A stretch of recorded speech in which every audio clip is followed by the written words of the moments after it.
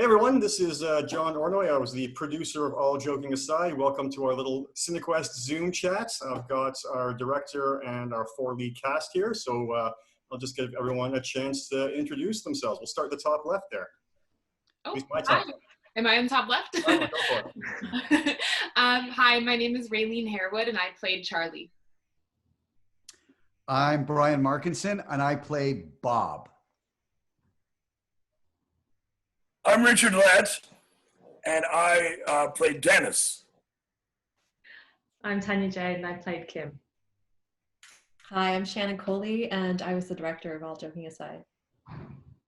So it's been, I guess, about a year and a half now since we wrapped, which is kind of crazy to think about. But now that we've had, some time to step back from the project and that process, which was a very full-on 3 weeks. Do you have any kind of favorite memories or things that you look back on and a warm, fuzzy feeling about that time that we spent together on set? I'd say my absolute favorite memory is how everyone came together. And it was, the cast and the crew and everyone was volunteering their time and it was a passion project. And so for everyone to come together in such a busy time where everyone could be out, making a lot of money in film, but dedicating their time to All Joking Aside. And it was friends and family and, crew was being background and everyone was doing a lot of different jobs. And so it was just a really amazing, energy on set of everyone having a great time working on this passion project. Yeah, I don't think there was very little drama on the set. We had very, very little time to make this, and people brought their best selves to it. So I look back on the whole thing as it was great fun. I find that when you're tested that way, you either sink or you swim, and everybody put their little life vests on and did a very, very good job. I thought we had a gas the entire time. Go ahead, Tanya. Sorry? You made some noise that made your screen come up. I was agreeing. But sure. Okay, favorite memory. I really loved the moments where we were trying to make everything flow more smoothly and connect everything and make sense, and everyone just kind of had input. So to find ideas collectively as a group just kind of reiterated the strength of collaboration in every element of film, which is kind of why it's so magical. Like the end result is so many moving parts, kind of finding unison in the same dance as best we can. And I don't know, I thought it was a really great confirmation of why we love doing this. I really enjoyed working with really good actors. I've had, yes, Brian. I'm a stand-up comedian, and so I have done, a lot of acting, but not in the dynamic that we had working with the extremely experienced and gifted Brian and the rising star Raylene. I didn't get too many chances to work with Tanya except to have her ripping people new ones in the various scenes that I was in the background for, which she's very good at. But just the opportunity to work at that high level, regardless of what the budget was, regardless of what, the work is the work. And so the opportunity to work with Brian and then also have these kind of charming scenes with Raylene will always be a good memory for me. I think my favorite moment, going back to Shannon's comment about the crew's dedication, was the day that we were shooting in the diner, and we had our 2 costume designers, Aaron and Chelsea, and Aaron was on set, and I think we had changed something, and we were a bit short of wardrobe for Raylene. And so when I went to talk to Chelsea on the truck and see if we were ready to go and get her car, she goes, "Yeah, I'd love to wear my car, but I'm not wearing any pants." Because we had to give her pants to Aaron because Aaron gave her pants to Raylene. So That's awesome. On camera. So to me, yeah, that was dedication. Yeah. Totally. Yeah. So we'll try the flip side. What was the toughest part? What made you guys sweat? I think the toughest day for me was the day that I think it was probably the coldest day of the year when we had to shoot outside to recreate Central Park and that park in Burnaby. That was a really tough day. Keep your teeth from chattering? What's that? Tough to keep your teeth from chattering? Yeah. There was a lot of teeth chattering that day and a lot of yell, like when hearing cut, running back to the space heater. So that was one of my least favorite memories, but still charming. And it was such a strange thing getting there and it being so freezing cold that the entire pond had frozen over. So the scene with the ducks was kind of ridiculous because these ducks were waddling on top of the frozen ice. And then every time one would land from flying, they would just go skidding across the ice. So it was very hard not to start laughing mid-scene of these, ridiculous looking ducks and being really I'm awkward. about to add duck wrangler to my list of credits on the film. Yeah. Yes, that was a lot of duck wrangling. For me, it's always a challenge to be an actual stand-up comedian. So there were a couple of times when we were in between shots where it was just sort of, hey, Richard, why don't you do some stand-up for us with this room full of background people? And it's a little nerve-wracking because, you're hoping that you're funny, you're putting together little bits and pieces from this or that. And, there's this thought in your head that they're sitting there back going, this guy is actually a stand-up comedian? Well, I don't know. And that one was like, well, I hope I did get a couple of laughs, so I was all right. But man, You got a lot of laughs. Well, thank you. You've got a lot of laughs, but it's interesting that you were feeling that way because, we thought, oh my gosh, he's got so much confidence. He's on the stage, entertaining the crowd. It's fantastic. Yes. Well, thank you. That's the acting. I felt, listen, when you have the time constraints that we had, it's all beautiful, it's all fun, and it's all difficult. That's the one thing that money buys you is time.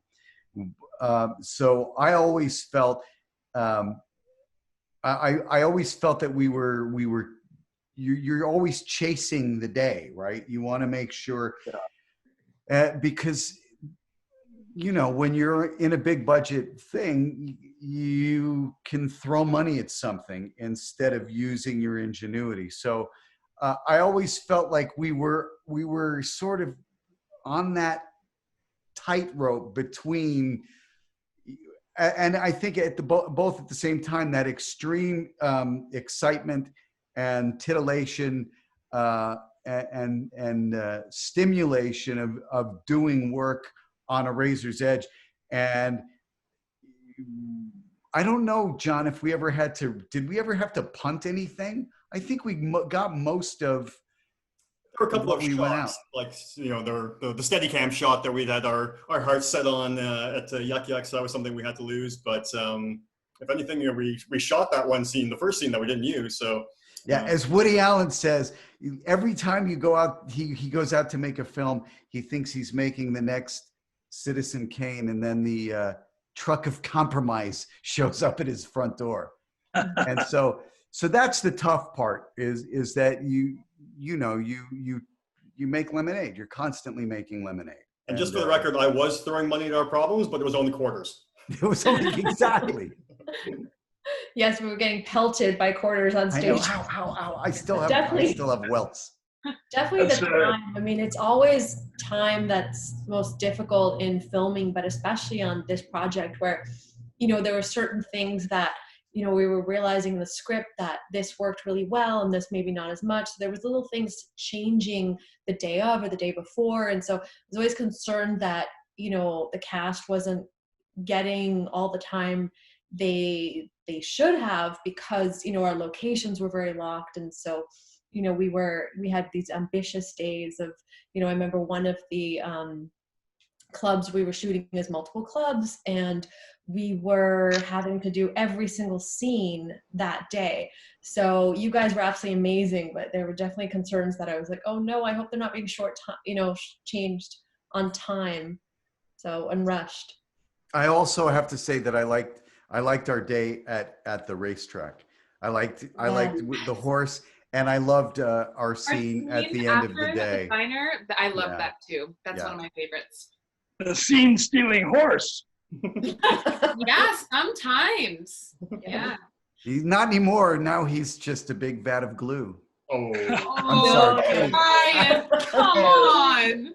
We'll edit that out. We can fix that in post. Those were retired race horses. They were, yeah. But speaking of being in a hurry, when I went to get my head shaved, and there was a lineup where there was one guy before me, and Jon just said, "How much will it cost for you to let me him go first?" So he bribed. There's a little bit of Hollywood in JO, you know. So that person made more money than anybody else on this production. I have to say, I know we're jumping off script a little bit here, but I have to listen, this is an amazing group of people. Jon Ornoy, our producer, was Superman during this. Never complained, or if he did, if he was melting down, it never got to us. Between Shannon and Jon, we were really well taken care of, and Jon did, everything. Everything. Yeah. And so I want to take this opportunity to toast with my flat ginger ale from Napa Valley, Jon and Shannon, to you guys, because without the two of you and your patience and the prep that you put into, we would have been floundering. I would definitely say I felt much better from the night before our first day of shooting to the night after our first day of shooting, because I wasn't on set at all for that first day, but it all still got made. And so I was like, great, I don't have to be here. I've got, a great crew of people who know what they can do, what they have to do without me there to tell it to them. And that's definitely took a bunch of pressure off. Yeah. That was because you were dealing with so many fires behind the scenes, including like trucks not showing up, driving them, and, crew and, everything. So you're absolutely amazing. And I'm so grateful you brought me on board to this project. So thank you. Well, and I think it trickles down to the crew as well, because we were all treated very well. And these people were making less money than we were. And, because we were constantly moving in Kino there, I was always losing something. My phone is up because they moved it there, my bag. Oh, I had my camera bag. My camera bag had a whole journey of its own. and to a person, nobody complained about helping me find that bag. It was just like, where's my, and they would bring it to me. And I think that's evidence of producing and directing. When there's no glamour fits, then nobody has the, everyone feels like contributing with the same energy. And so I think that speaks well to both producer and director. Cheers, yeah. For the actor friends, what did you guys most identify with in the characters that you played? Well, I'll go first. I think, just on a really personal note, Charlie lost her dad, and I also lost mine at a younger age. And I think it's really beautiful that she's, on this comedy journey as a way to try and feel closer to him. And I feel like I can identify with that, like trying to find tangible ways of moving through the world and still connecting with those you love who have passed. Tanya, how about you? I feel like, I love the role of Kim, and I feel like that's a role that I play often in my own life. And it's kind of interesting always trying to be that friend who supports and encourages, but also tries to keep it real, tries to keep it honest. And we always want to save our friends from taking a fall, even though we don't want to obviously say, like, don't do it. But I think a lot of that was found in the scenes, between myself and Raylene, and then when she goes and attacks Bob towards the end of it, it's all from a place of caring so much about a person that you just want to do your best to nurture but also protect at the same time. So I shout out to your awesome New York dialect too. That was amazing. I didn't Just get to do saying, it.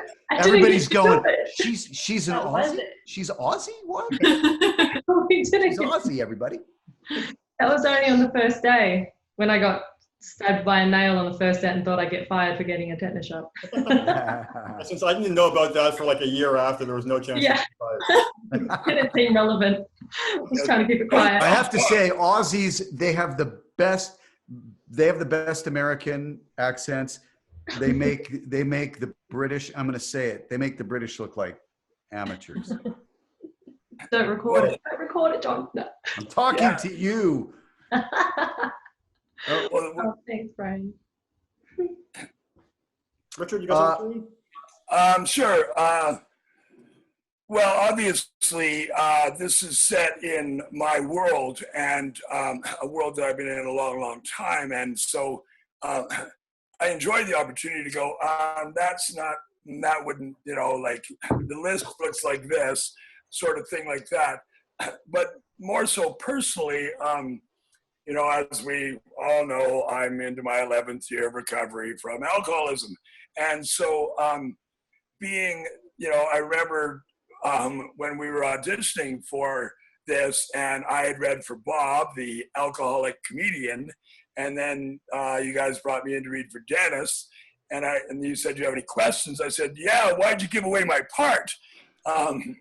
But Shannon pointed out that I was no longer that guy, and so there was a real opportunity to be grateful personally to not be that guy anymore, and to understand what it was like for the people that I worked with, who like Dennis loves Bob, and that the burden of loving an addict is not a small one, and so to be able to play that guy, to be to love somebody that is struggling with addiction was a good remember when for me.